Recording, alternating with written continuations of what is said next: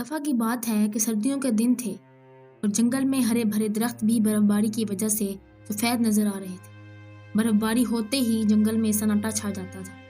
جن جانوروں نے سردی کی آمد سے پہلے ہی خوراک ذخیرہ کر لی تھی وہ مزے سے گھر میں بیٹھ کر کھا پی رہے تھے، اور جنہوں نے کوئی انتظام نہیں کیا تھا وہ سردی سے کانپتے ہوئے خوراک کی تلاش میں نکلے ہوئے تھے۔ اسی جنگل کے ایک بھٹ میں ایک لومڑی اور اس کا شوہر لومڑ رہتے تھے۔ کہنے کو لومڑی بہت چالاک تھی، لیکن اس کا شوہر بہت کاہل اور سست تھا۔ لومڑی سردیوں کی آمد سے پہلے ہی روٹی کے ٹکڑے جمع کر لیتی، جو سردیوں کے دنوں میں اس وقت کام آتے جب کھانے کو کوئی چیز نہ ہو۔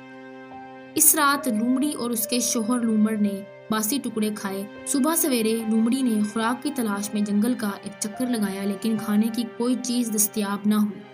وہ ناکام واپس لوٹی تو اس کا بھوکا شوہر بڑی ہی بے چینی سے اس کا انتظار کر رہا تھا۔ اس نے بڑی بے صبری سے سوال کیا، کچھ ملا کہ خالی ہاتھ ہی لوٹ آئی ہو؟ لومڑی نے اپنے نکھٹو شوہر کو گھور کر دیکھا اور پھر کہا، اس شدید سردی میں بھلا کیسے کچھ مل سکتا ہے؟ لومڑ نے جھنجھلا کر کہا، تو کیا اب پھر یہی باسی روٹی کے ٹکڑے کھانے پڑیں گے؟ تو بھوری آنکھوں والی لومڑی کو اپنے کاہل شوہر پر غصہ آ گیا اور بولی، کام کے نہ کاج کے، دشمن اناج کے، کبھی خود بھی خوراک تلاش کر لیا کرو۔ یہ کہتے ہوئے لومڑی نے ڈبے میں روٹی کے باسی ٹکڑے نکالے اور لومڑ کے آگے رکھ کر بولی، جب تک خوراک کا بندوبست نہیں ہو جاتا ہمیں انہی ٹکڑوں پر گزارا کرنا ہوگا۔ یہ کہہ کر وہ روٹی کے ٹکڑے کھانے لگی۔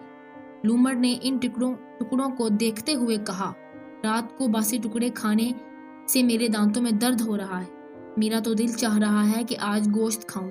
مجھے امید ہے کہ میری خواہش ضرور پوری ہوگی۔ لومڑی نے کہا، تم چاہتے ہو کہ ہر چیز تمہیں بیٹھے بٹھائے مل جائے۔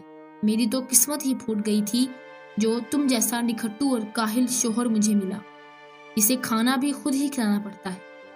یہ کہہ کر وہ کچھ دیر بڑبڑاتی رہی، پھر خاموشی سے روٹی کے باسی ٹکڑے چبانے لگی۔ بھوکے لومڑ نے کچھ دیر تک اپنے سامنے رکھے ہوئے روٹی کے ٹکڑوں کی طرف دیکھا تک نہیں، لیکن جب بھوک نے ستایا تو منہ بناتے ہوئے ایک ٹکڑا اٹھا کر چبانے لگا۔ بھی وہ ٹکڑا چبا ہی رہا تھا کہ آسمان پر پھڑپھڑاہٹ کی آواز سنائی دی اور پھر 4 بطخیں نیچے زمین پر اتر آئیں۔ انہوں نے لومڑ اور لومڑی کو روٹی کے ٹکڑے چباتے ہوئے دیکھا تو ان کے قریب آ گئیں کہ شاید وہ روٹی کے کچھ ٹکڑے کھانے کے لیے پھینک دیں۔ لومڑی نے بڑی مشکلوں سے روٹی کے ٹکڑے جمع کیے تھے، اسی لیے اس نے روٹی کا ایک ٹکڑا بھی ان کی طرف نہ پھینکا، لیکن لومڑ نے روٹی کا ایک ٹکڑا بطخوں کی طرف پھینک دیا۔ 4 بطخیں روٹی کے ٹکڑے پر لپکیں۔ ان میں سے جو صحت مند بطخ تھی اس نے روٹی کا ٹکڑا حاصل کر لیا اور دیکھتے ہی دیکھتے اسے ہڑپ کر دی۔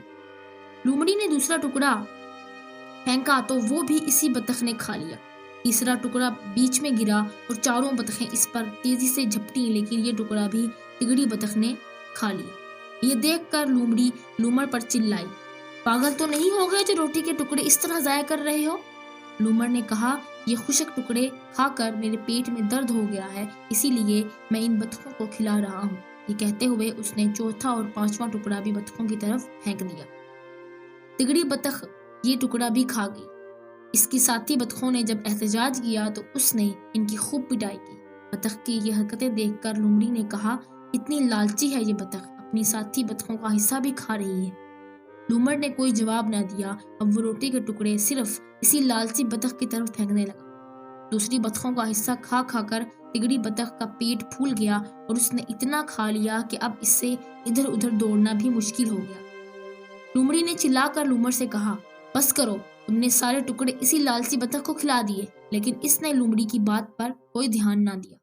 یہ دیکھ کر لومڑی بہت خفا ہو گئی اور بڑبڑاتی ہوئی اپنے بھٹ کے اندر چلی گئی۔ تگڑی بطخ ٹکڑوں کے لالچ میں لومڑ کے قریب آ گئی تھی۔ لومڑ بھی جان بوجھ کر ٹکڑے اپنے قریب گرا رہا تھا۔ جیسے ہی تگڑی بطخ تھوڑا سا اور قریب آئی، اس نے اچھل کر بطخ کو پکڑ لیا۔ یہ دیکھ کر دوسری بطخیں فوراً اڑ گئیں۔ اس نے بطخ کے پر نوچے اور گوشت لومڑی کو پیش کرتے ہوئے کہا، میں نکھٹو اور کام چور سہی، لیکن اتنا احمق بھی نہیں کہ اپنی ساری خوراک ایسے ہی کسی کو کھلا دوں۔ اب تمہاری سمجھ میں آ ہی گیا ہوگا کہ میں سارے ٹکڑے اس لالچ بطخ کو کیوں کھلا رہا تھا۔ آؤ اس سرد موسم میں بطخ کے گرم گرم گوشت کا مزہ اٹھاتے ہیں۔ لومڑی جو کچھ دیر پہلے لومڑ سے خفا تھی اب اسے لومڑ دنیا کا عقل مند جانور دکھائی دے رہا تھا۔ اس نے کہا، تم واقعی بہت چالاک ہو، میں تمہیں مان گئی۔ اس کے بعد دونوں نے مل کر بطخ کے گوشت کی دعوت اڑائی۔